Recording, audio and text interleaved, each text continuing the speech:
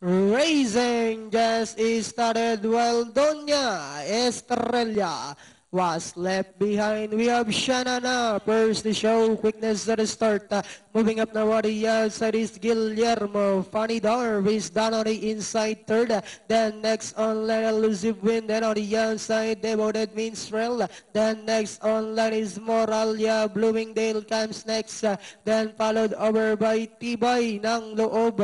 Handsome Bodman comes next. Then next on line now is entry number 10 Queen Maker Star Quality, while Ilocos Magic is racing in last. And as they swing down the back, we have Shanana by about half length. Then down on the inside now is Funny Dar to take the lead. We have Funny Dar now takes command. Shanana is on the outside. Then next on line is Guillermo. Then down on the inside, Elusive Wind. Moving up on the outside, Devoted Minstrel. Tibay ng Loob, Bloomingdale. And on the outside, Moralia. And they are now entering the home stretch.